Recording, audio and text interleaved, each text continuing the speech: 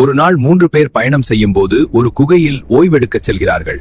அப்போது ஒரு பெரிய கல் நழுவி விழுந்து குகையின் வாயிலை மூடிவிடுகிறது. யாராலும் அந்த கல்லை நகர்த்த முடியவில்லை. நம் வாழ்க்கையில் நம்மால் செய்த சிறந்த நற்காரியம் ஒன்றை அல்லாவிடம் சொன்னு, அதனால் அல்லாவிடம் உதவி முதல் நபரின் நற்காரியம், அவர் தன் தாய் தந்தையை மிகவும் அன்புடன் கவனிப்பவர். ஒரு நாள் மிகவும் சோர்வாக வீட்டுக்கு வந்தார்.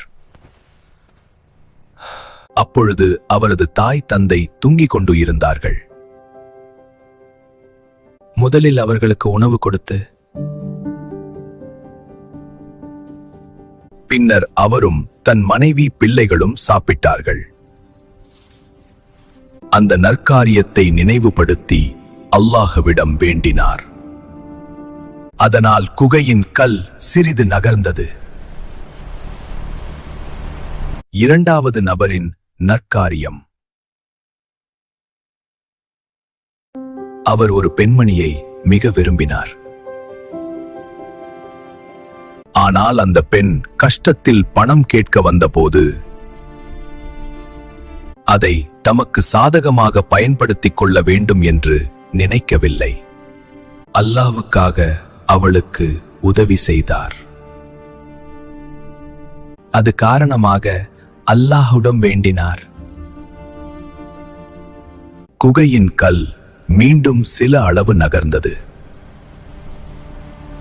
மூன்றாவது நபரின் நற்காரியம்,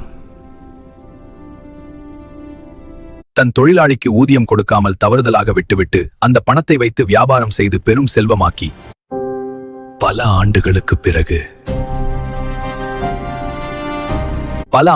பிறகு அந்த தொழிலாளி வந்தபோது அவனுக்கு உரிய பங்கை முழுமையா கொடுத்த ஒரு சம்பவத்தை சொல்லி துவா இப்படி ஒவ்வொரும் அவர் செய்த அமல்களை சொல்லி, யா அல்லாஹ், நான் இதை உனக்காக மட்டுமே செய்தேன், இதனால் இந்த பாறையை நகர்த்து என்று துவா செய்தார்கள். முழுமையாக அந்த பாறையை நகர்த்தி அல்லாஹ் வழிவிட்டான். இந்த ஹதீஸிலிருந்து நமக்கு கிடைக்கும் பாடம், அல்லாஹ்விற்காக மட்டும் நாம் செய்யும் காரியங்கள் அல்லாஹ்விடம் ஏற்றுக்கொள்ளப்படும்.